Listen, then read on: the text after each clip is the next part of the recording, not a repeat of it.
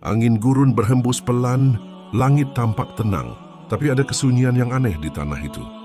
Di tengah padang tandus yang tak bersahabat, berdirilah seorang lelaki tua. Wajahnya teduh, janggutnya memutih, namun matanya penuh cahaya harapan. Dialah Nabi Nuh alaihissalam, seorang rasul yang telah ratusan tahun menyeru kaumnya.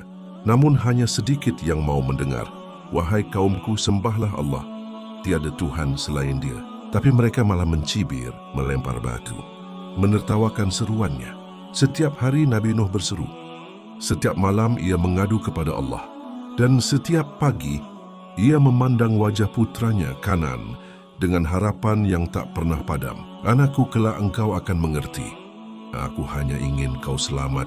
Namun Kanan berbeda. Ia tumbuh dengan lingkungan kaum yang ingkar. Dia tampan, kuat, keras kepala, dan lambat laun mulai menjauh dari ayahnya. Tapi bagi Nabi Nuh, doa tak pernah berhenti. Dalam sepertiga malam terakhir, suaranya lirih di bawah langit.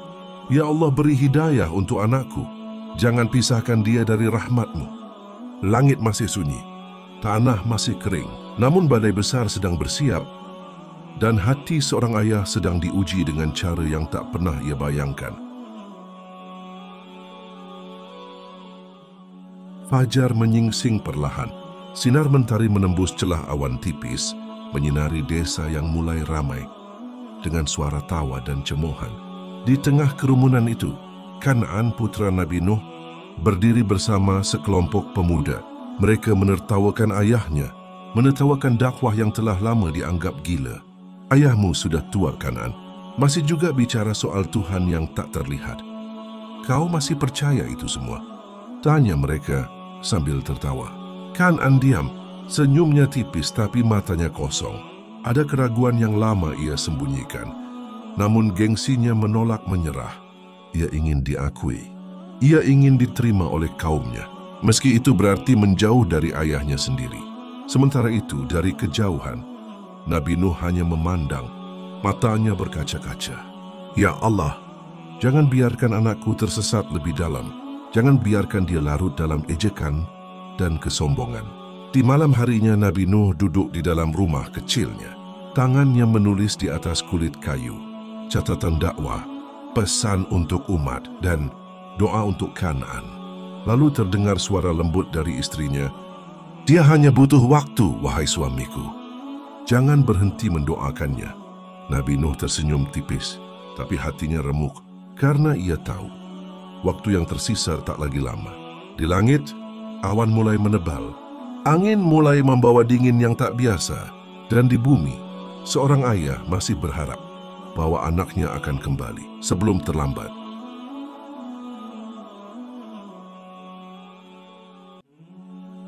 Hari itu langit tampak lebih berat dari biasanya.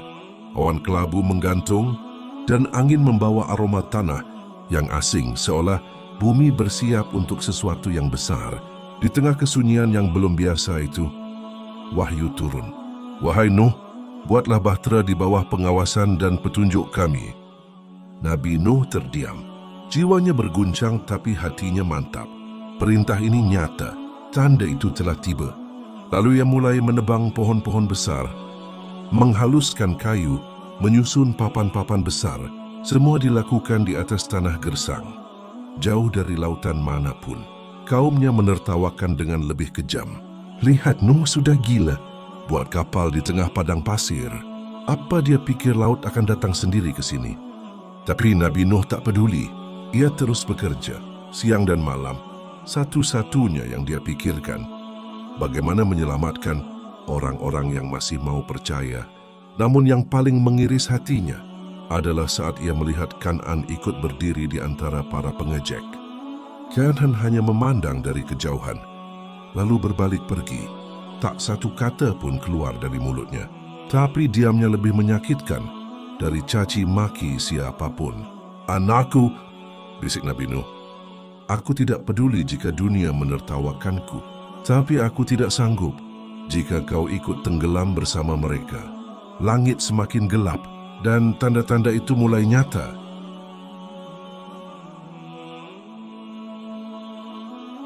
Hari itu, bumi mulai mengeluarkan suara yang tak pernah terdengar sebelumnya. Getaran halus terasa di telapak kaki mereka. Air mulai merembes dari tanah yang kering, bukan air biasa, tapi panas, bau dan menyembur seperti kemarahan yang lama terpendam. Nabi Nuh memandang langit. Inikah saatnya, ya Allah? Ia segera memanggil para pengikutnya yang beriman. Jumlah mereka sedikit, sangat sedikit, tapi wajah-wajah itu bersinar dengan keyakinan. Sementara itu, bahtera besar telah berdiri megah. Bentuknya aneh di mata orang kafir, tapi indah di mata orang beriman.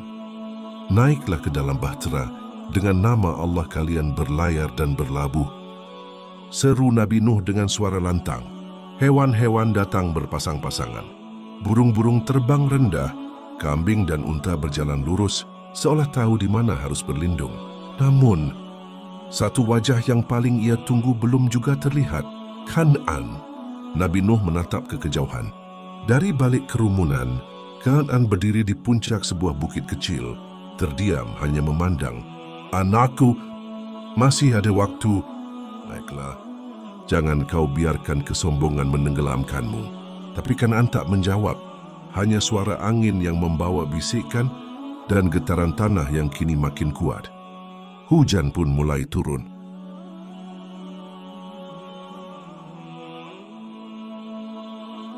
Langit kini berubah muram. Awan hitam menumpuk, berputar seperti pusaran murka. Hujan turun deras, bukan gerimis biasa, tapi hujan yang mengguncang bumi. Air menyembur dari perut tanah, langit mencurahkan segala isinya.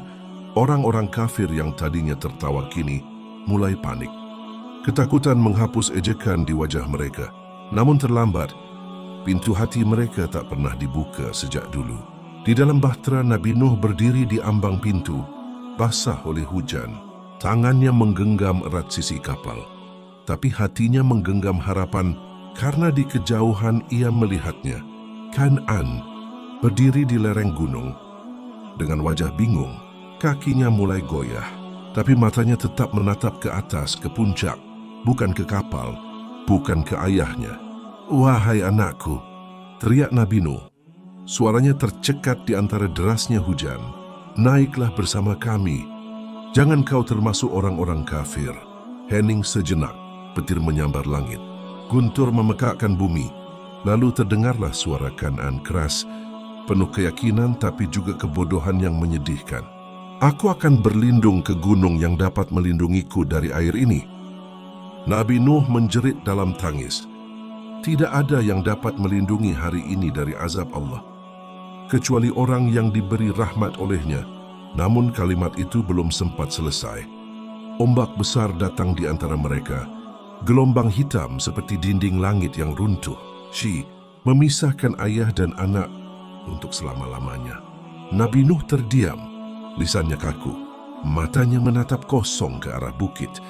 Air hujan menyatu dengan air matanya. Seorang nabi kehilangan anak kandungnya, bukan karena kematian biasa, tapi karena anak itu menolak kebenaran. Bahtera itu berguncang hebat di atas air yang meluap. Gunung-gunung pun seperti ditelan gelombang, sementara langit masih menumpahkan amarahnya. Di dalam bahtera, hewan-hewan bersuara gelisah. Para pengikut Nabi Nuh saling menggenggam. Tangan wajah-wajah penuh takut dan harap. Namun yang paling sunyi di antara mereka adalah Nabi Nuh sendiri. Ia duduk menyendiri di sudut kapal. Kepalanya tertunduk, tubuhnya basah, namun bukan air hujan yang membasahi wajahnya. Itu adalah air mata seorang ayah. "Ya Allah," bisiknya lirih, "aku telah memanggilnya. Aku telah merayunya dengan kasih, dengan sabar, dengan iman. Tapi engkau lebih tahu isi hatinya." Ia memejamkan mata. Bayangan wajah Kan'an, anak yang dulu ia gendong kecil, masih terus hadir dalam pikirannya. Tapi kini tersapu gelombang yang tak bisa ia cegah. Para pengikutnya mendekat perlahan. Salah seorang bertanya lembut, "Wahai Nabi Allah, apakah kita telah kehilangan dia?" Nabi Nuh hanya mengangguk pelan. Lalu dengan suara lirih tapi pasti ia berkata, "Kita hanya bisa menyelamatkan mereka yang bersedia diselamatkan. Bahkan darah daging pun tak berarti. bila hati mereka menolak kebenaran.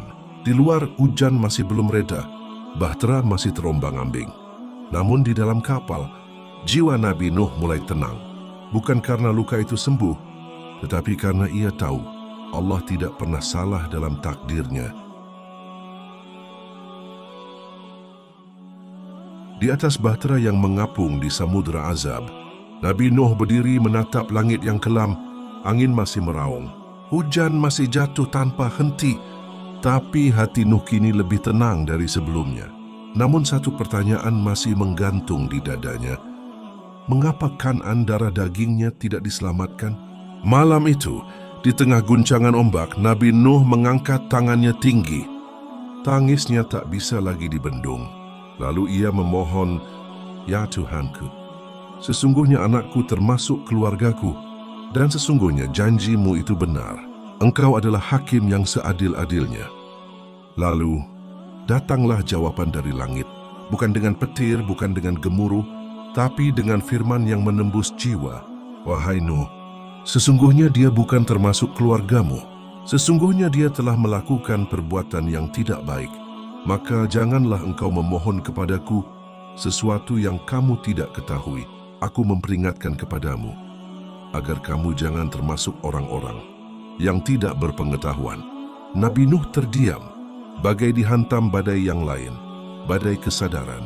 Keluarga sejati bukan sekadar darah, tetapi iman, ketaatan, dan ketulusan menerima kebenaran.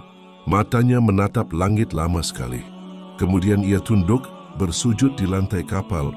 "Ya Tuhanku, aku berlindung kepadamu dari memohon hal yang tidak aku ketahui. Dan jika engkau tidak mengampuniku, sungguh aku termasuk orang yang rugi." Dan sejak malam itu, Nabi Nuh tak pernah lagi menangisi kehilangan anaknya, tapi ia terus menangisi manusia-manusia yang menolak petunjuk, karena ia tahu hanya iman yang bisa menyelamatkan. Hari demi hari berlalu di atas bahtera. Langit kelam tak kunjung cerah, laut tak kunjung surut. Semua yang dulu dibanggakan manusia kini hilang. Rumah-rumah hancur, istana tenggelam, pasar, menara, bahkan gunung-gunung tinggi, tak ada yang tersisa.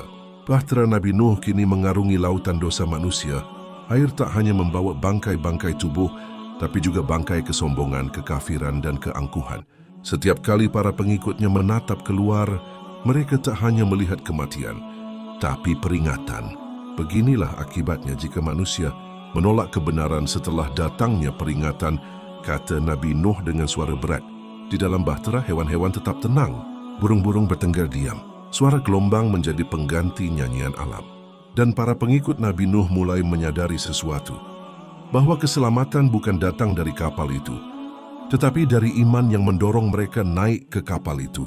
Nabi Nuh menghabiskan waktu dengan berdoa, berzikir, mengajarkan sabar, dan menyemai harapan. Allah tidak pernah menepikan orang yang bersabar, tapi Dia juga tak menyelamatkan mereka yang sombong, sekalipun itu anak dari seorang nabi. Di luar air masih menggenang, tapi di dalam hati para penumpang bahtera, air iman mulai tumbuh. Hujan mulai melemah. Langit yang dulu hitam kini memudar, menjadi abu-abu keperakan. Angin perlahan tenang, tapi di dalam hati Nabi Nuh, badai belum benar-benar reda. Ia berdiri di tepi bahtera, memandang jauh ke hamparan air yang seakan tak berbatas. Matanya menyapu sisa-sisa dunia. Dunia yang ia kenal kini hilang, kaumnya telah tiada, tanah kelahirannya tenggelam, dan putranya lenyap tanpa sempat memeluk ayahnya untuk terakhir kali. "Ya Allah," bisiknya lirih, "jika Engkau kehendaki, Engkau bisa menyelamatkan semuanya. Tapi Engkau lebih tahu mana hati yang layak ditolong dan mana yang menolak diselamatkan." Beberapa pengikutnya mendekat. Mereka tidak berkata apa-apa. Mereka tahu tak ada kata yang bisa mengobati luka seorang ayah yang kehilangan anak, bukan karena ajal, tapi karena penolakan terhadap petunjuk. Namun Nabi Nuh tidak marah. Ia tidak menyalahkan takdir. Ia hanya diam dan berserah. Dalam sunyi itu, ia mengambil air wudu dengan air hujan, lalu solat di atas geladak kayu yang basah. Di setiap sujudnya, ada air mata yang jatuh. bukan sebagai protes, tapi sebagai penghambaan yang paling dalam. Ya Rab, jika kau telah memilih jalan ini, maka ajarkan aku untuk menerima dan tetap bersyukur, meski hatiku masih perih. Di tengah samudra kehancuran, Nabi Nuh menemukan kedamaian baru. Bukan karena keadaan membaik, tapi karena hatinya telah tunduk sepenuhnya pada kehendak Allah. Hari itu langit tiba-tiba hening. Hujan yang tak henti selama berhari-hari kini berhenti. Air langit tak lagi turun. Gelombang mulai surut perlahan. Langit yang murka kini kembali biru, seolah menandakan tugas azab sudah selesai. Bahtera itu pun tenang, tak lagi berguncang hebat. Ia mengapung lembut di tengah laut luas yang kini mulai berubah menjadi cermin langit. Nabi Nuh berdiri, kembali di tepian geladah. Wajahnya tampak lebih teduh, tapi sorot matanya mengandung banyak hal. Lelah, kehilangan syukur dan harap. Lalu datanglah perintah dari Allah. Wahai bumi, telanlah airmu, dan wahai langit, berhentilah. Maka surutlah air, dan perintah pun selesai. Bahtera mulai bergerak, perlahan ia terdorong menuju satu tempat. Sebuah gunung yang sunyi, saksi dari rahmat Allah dan keteguhan iman para pengikutnya. Para pengikut Nabi Nuh saling berpelukan, bersujud dalam haru dan syukur. Mereka selamat. Bukan karena kekuatan, bukan karena bahtera kayu, tapi karena iman yang melekat erat di hati mereka. Sementara Nabi Nuh menunduk, air matanya menetes lagi. Bukan karena sedih, tapi karena ia merasa telah menyelesaikan amanah paling berat dalam hidupnya. Ya Allah, jika ini akhir dari badai, maka bimbing kami menata kehidupan baru dengan hati yang bersih dan iman yang lebih kokoh dari gunung tempat ini. Terima kasih telah menonton sampai selesai. Jika Anda menyukai konten seperti ini, jangan lupa like, komen, dan subscribe untuk konten lainnya.